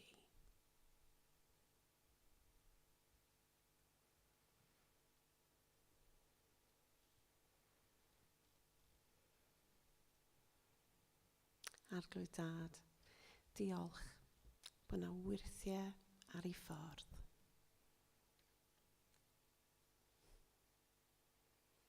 Diolch Arglwydd fod ti am ein llenwi ni gyda dy Ysbryd Glân dro ar ôl tro ar ôl tro.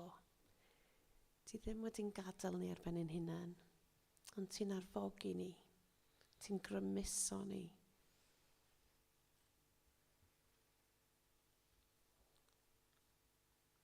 Ac yn dy garedigrwydd ti addo bod gyda ni pob cam o'r daith.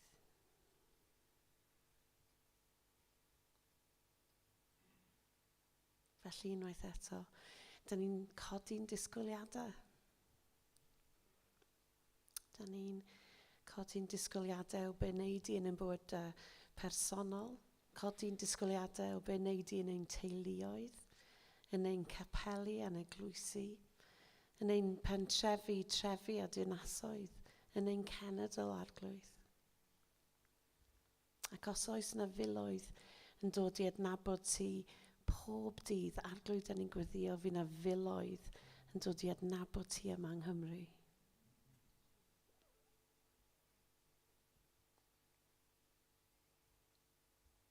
Arglwydd dyma ddigon ar ein cuddio.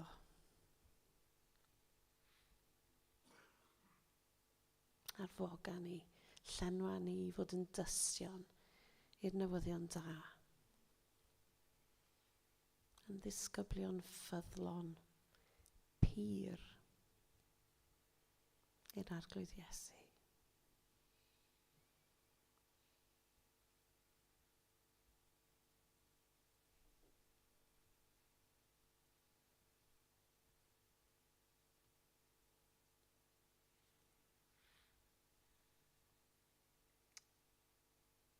ar gan yma'n dweud, trwy boen a'i waed yn llifo, mae Iesu Grist yn dweud, cyn plygu ben am arw, mae'r cwbl wedi ei wneud.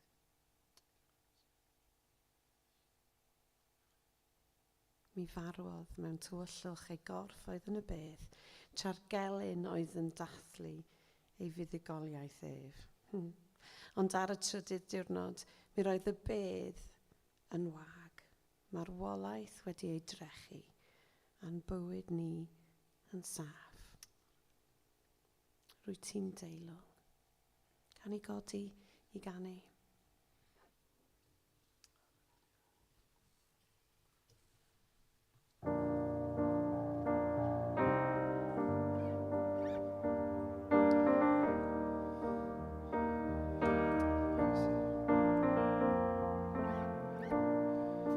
Mwy dwi'n gweld fy methiant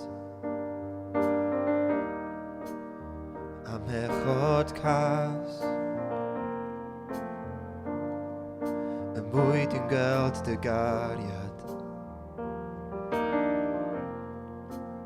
a dyfnder dy ras. Y mwy dwi'n gweld fy nghywilydd, mwy dwi'n gweld y gwir. Ti'n caru bob bechadur, wyt ti'n fy ngharu i. Mi roddais di dy fywyd i mi gael mynd yn rhydd. Nawr gwariaf rhag wyddoldeb yn dy addoli di. Rwyt ti'n deilwng. Rwyt ti'n deilwng. Rwyt ti'n deilwng. Rwyt ti'n deilwng o'r clod a'r anrhydedd a'r ner. Rwyt ti'n deilwng. Rwyt ti'n deilwng. Rwyt ti'n deilwng o'r clod a'r anrhydedd a'r ner.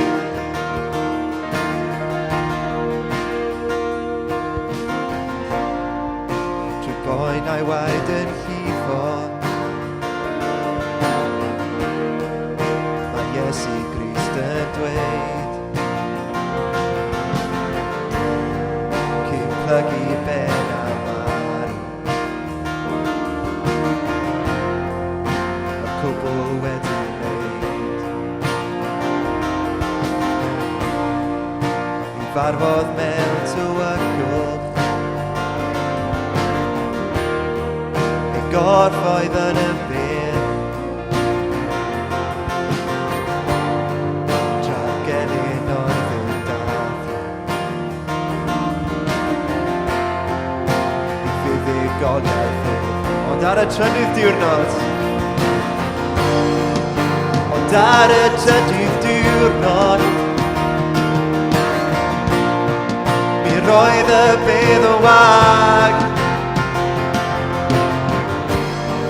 Marwolaeth wedi drechu, a'n bywyd ni yn saff.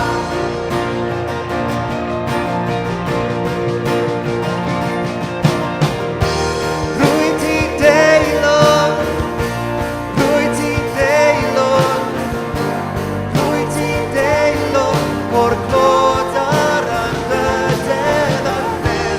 Rwyt ti'n deilwng. Rwyt ti'n deilwng. Rwyt ti'n deilwng o'r clod a'r anrhydedd.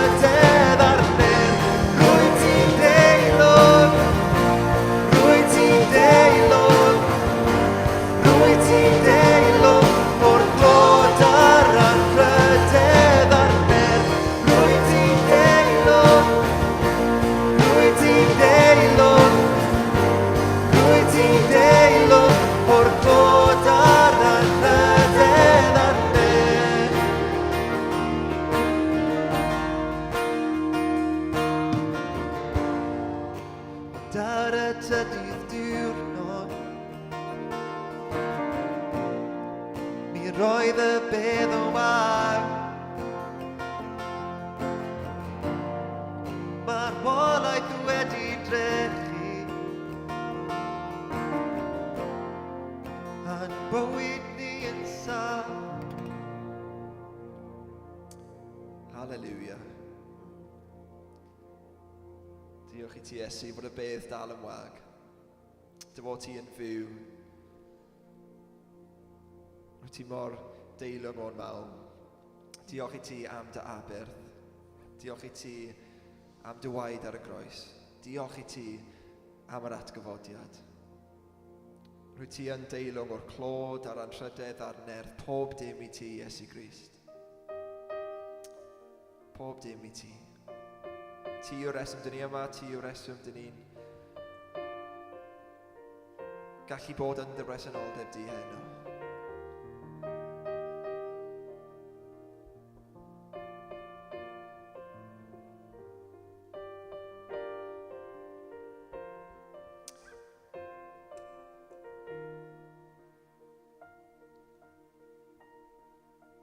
Jyst i'ch atgoffa chi, dyn ni mynd i gario ymlaen i addoli am gyfnod bach yn hirach heno. Croeso chi aros a addoli gyda ni. Mae'r tîm gweddi yn y cefn. Please ewch i gael gweddi ymateb i be mae Duw wedi bod yn dweud. Croeso chi fynd mewn a mas fel chi eisiau. Ni jyst yn mynd i gario ymlaen i addoli nawr. Dyn ni'n gwahodd chi i addoli gyda ni.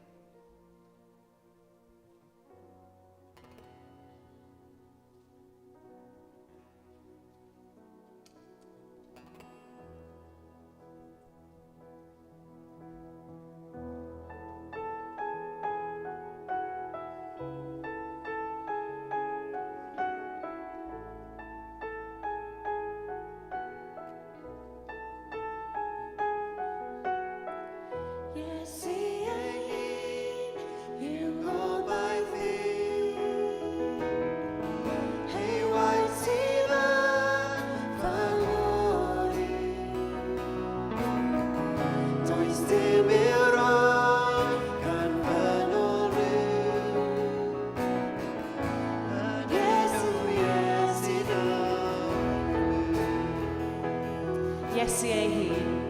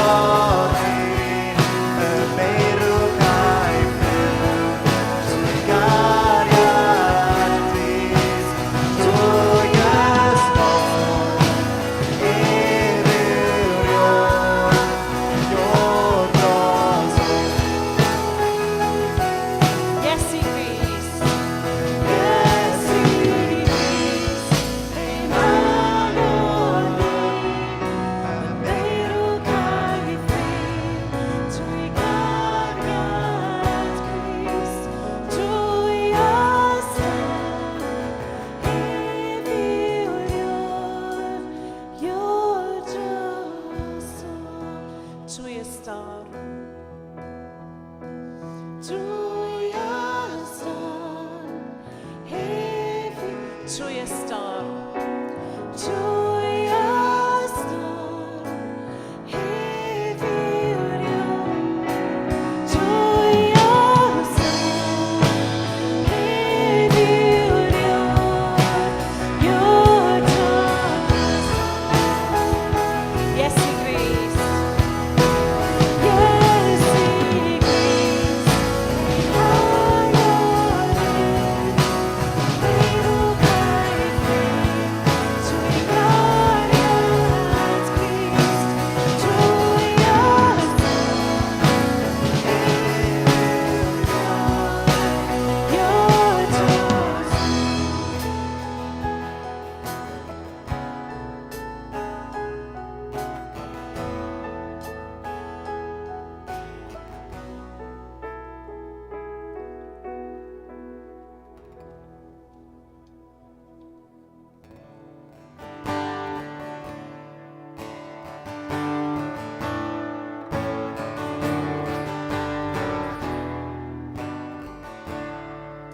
Yn Christ ei hun, mae'n gobaith i, efyng o leini nerth am can, mewn stormydd llym, a sychder blin, fam ddiffyn y diwan y tan, a rithro gariad eddwch wir, sy'n geddi bob mewn brwydau hir, neu ddan iddiw, fy ngobaith oll, safaf am byth yng nghariad Crist.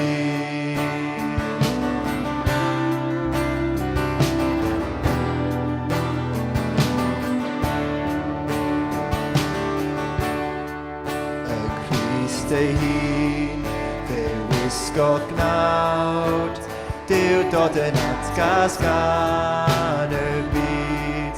Cyflawnder nefoedd yma dylawd, cyfiawnder Dyw a chariad ryd. Fe hoelio toc wrth ryfel dyn, wrth groes ren ei gorff ei hun. Yr iawn difau, dros bech o Dyw, yma drwy hyddiad Crist drwy'n byw.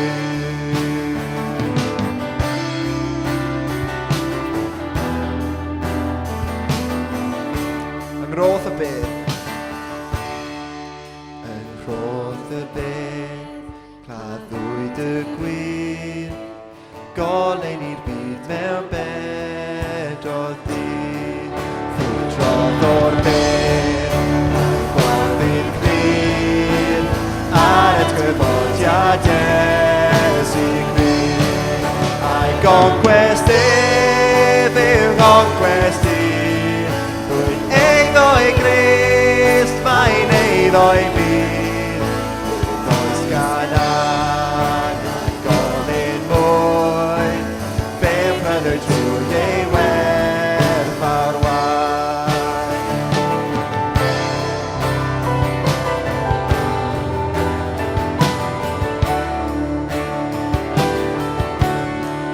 Nid ofna fyw, marw mwy, Crist orodd am ei langau tlawd, rwy'n fy ngenhedd, a dwi'n fy mynd, Iesu yw arglwydd fy hograwd.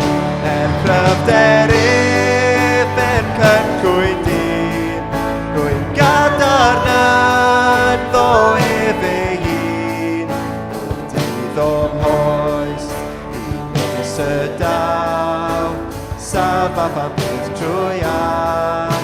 Cryfder ifen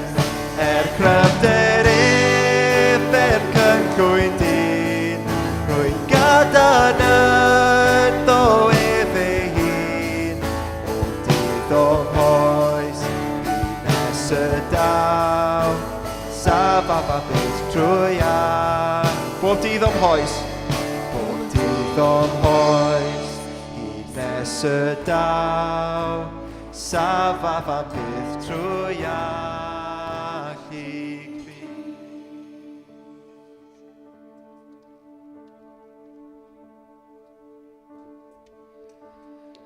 Safaf am bydd trwy allu Crist. Diolch Iesu.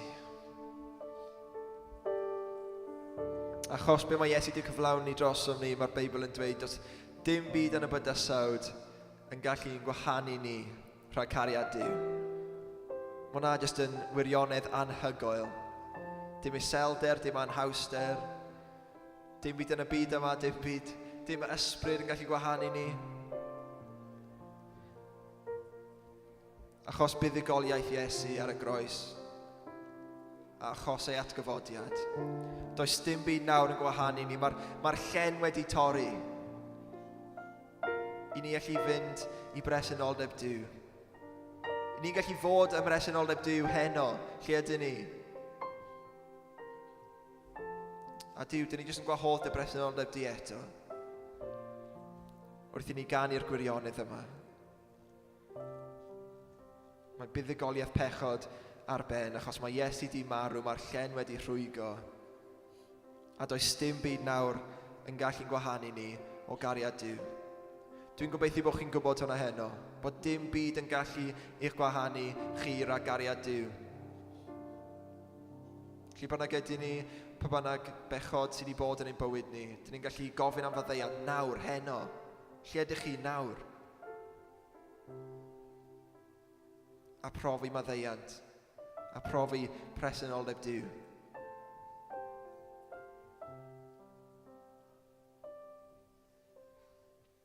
Gadewch i ni ganu am gariad tragwyddol Duw.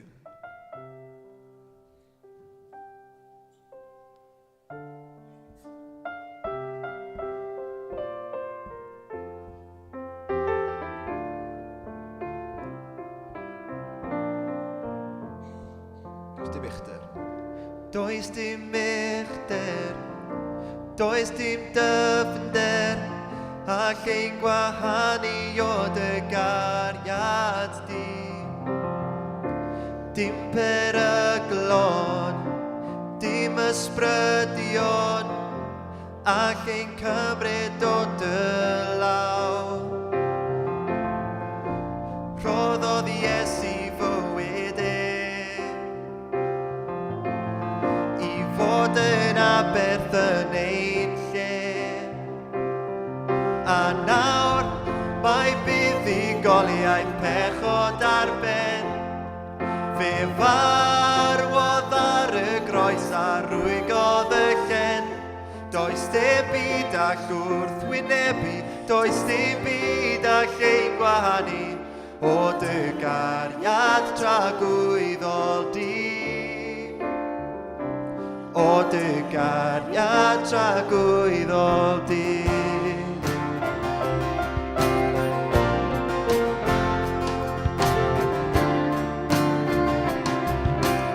Does dim iselder, does dim iselder, dim anhawster, ac ein gwahanu ni o'i gariad dim anobau, dim arwolaeth, concrodd ei gariad dros y bydd. A nawr mae Iesu Grist yn fyw, a nawr mae Iesu Grist yn fyw. Does dim ag rwystro cariad Duw, a nawr mae buddigoliaeth pechod ar ben. Fe farwodd ar y groes a rwygodd y llen. Does dim byd ac wrth wynebu, does dim byd ac ein gwahanu o dy gariad tragwyddol di. O dy gariad tragwyddol di.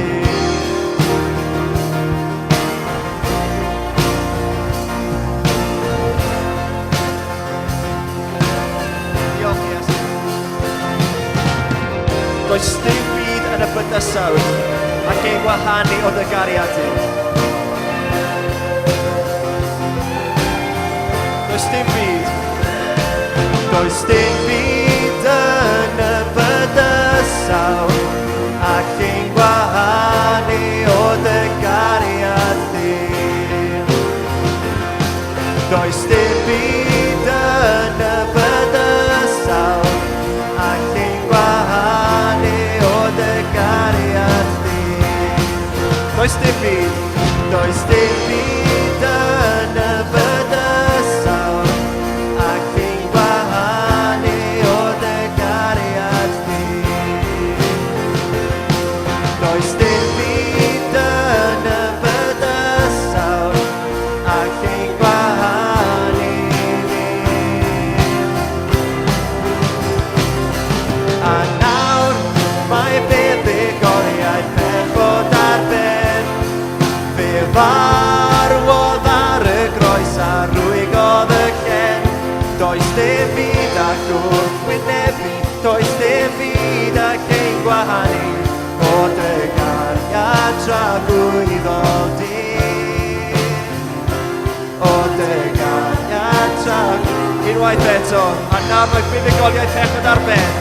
A nawr mae buddugoliaeth pechod ar ben. Fe farwodd ar y groes a rwygodd y llen. Does dim byd ac wrthwynebu, does dim byd ac ein gwahanu o dy gariad tragwyddol di. O dy gariad tragwyddol di.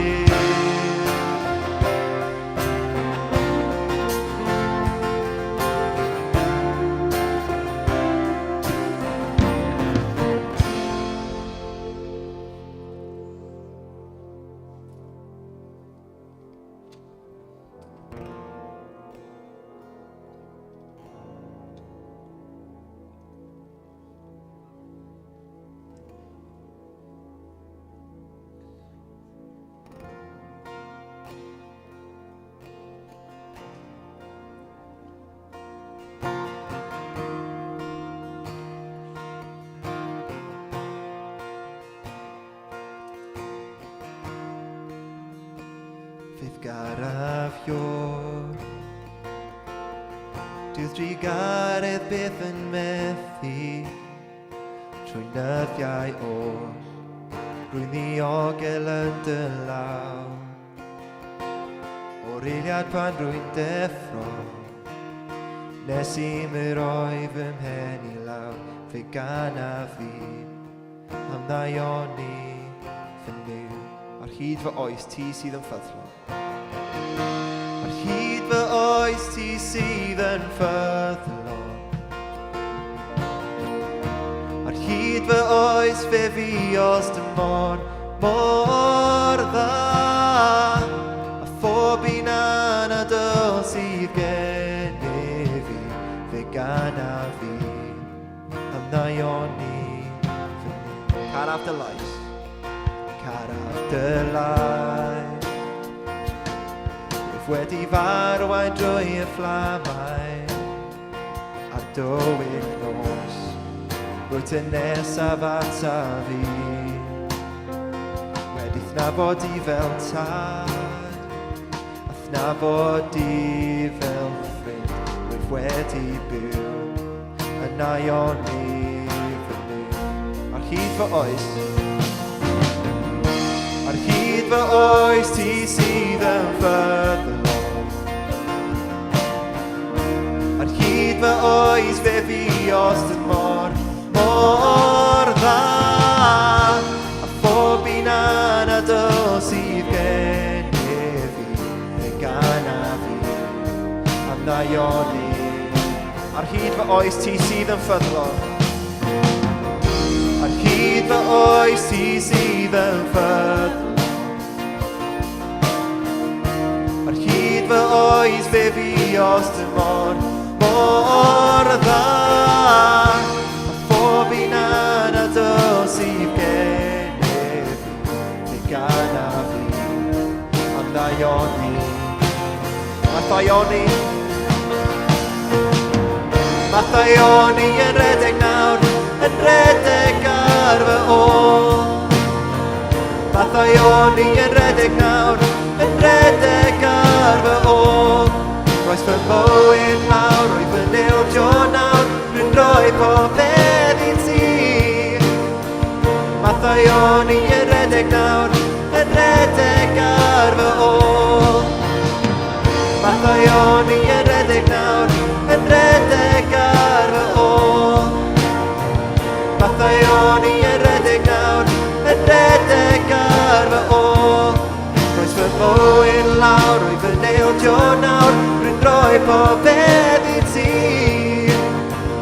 Mathau o'n i yn redeg nawr, yn redeg ar fy ôl.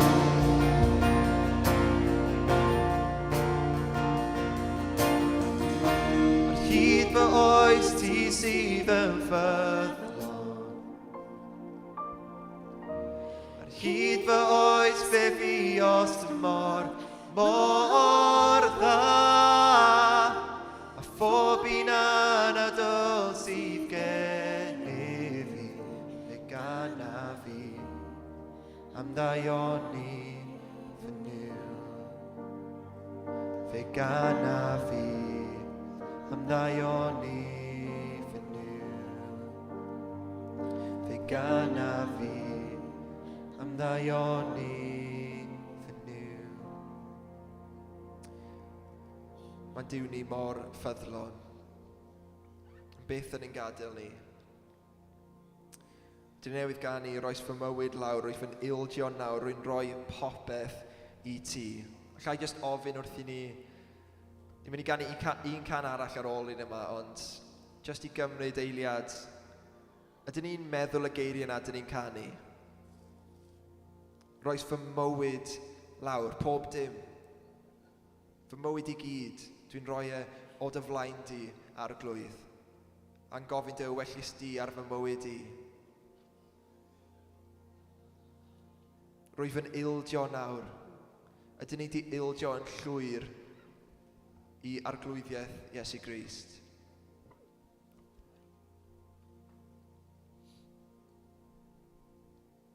Ildio falle beth ni eisiau ar gyfer ein bywyd ni.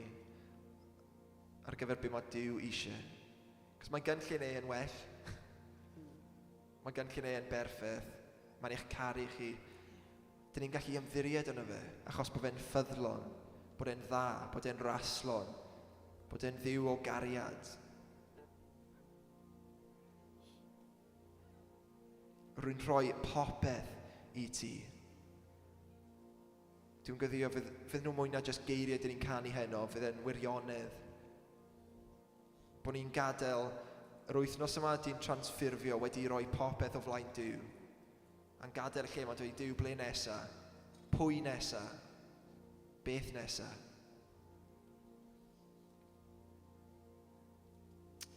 Dewch i ni gan i un can arall yn rhoi'r clod eto i gyd i Dduw.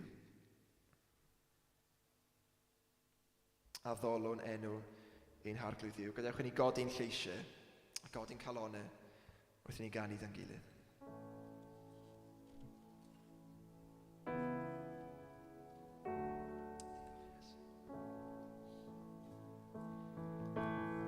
Myfyriom naf. Myfyriom naf am galfari, lle collodd ef ei waed yn llun, wynebodd wawd, megdydd y groes, fachubwr yw, dioddefodd loes.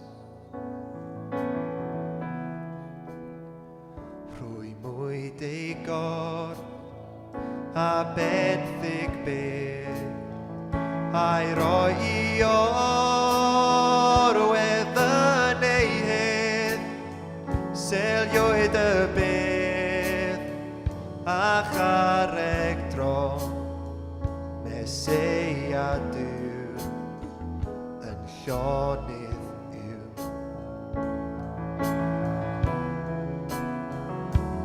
A ddolwn enw ein harglwydd Dduw, a ddolwn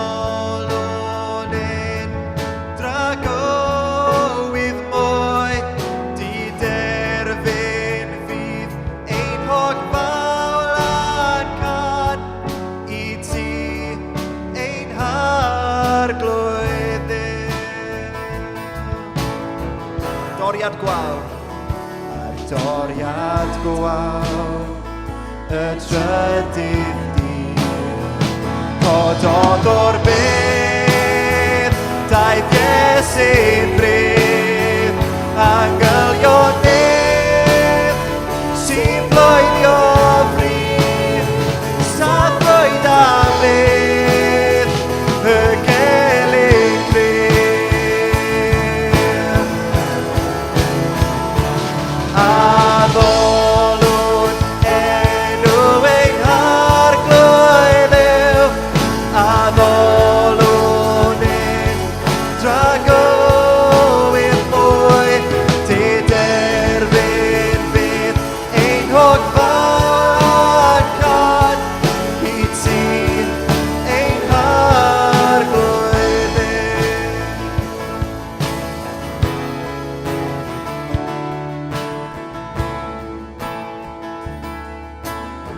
Ddisglair wyn. Ddisglair wyn fydd awynol, goleini'r mab yn seiddio'r nos, do fe'n ein fyw a'i saint o'r byw, cafsychu ar ei hyfryd wyw. A ddolwn enw.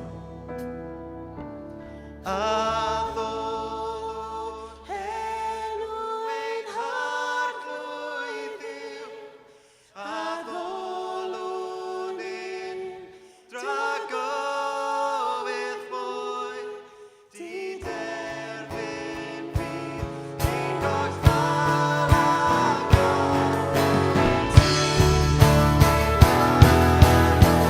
a ddolwn enw ein arglwydd. A ddolwn enw ein arglwydd yw, a ddolwn ein dragowydd mwy, diderbyn fydd ein hogfan i ti ein... Unwaith eto, a ddolwn ein arglwydd.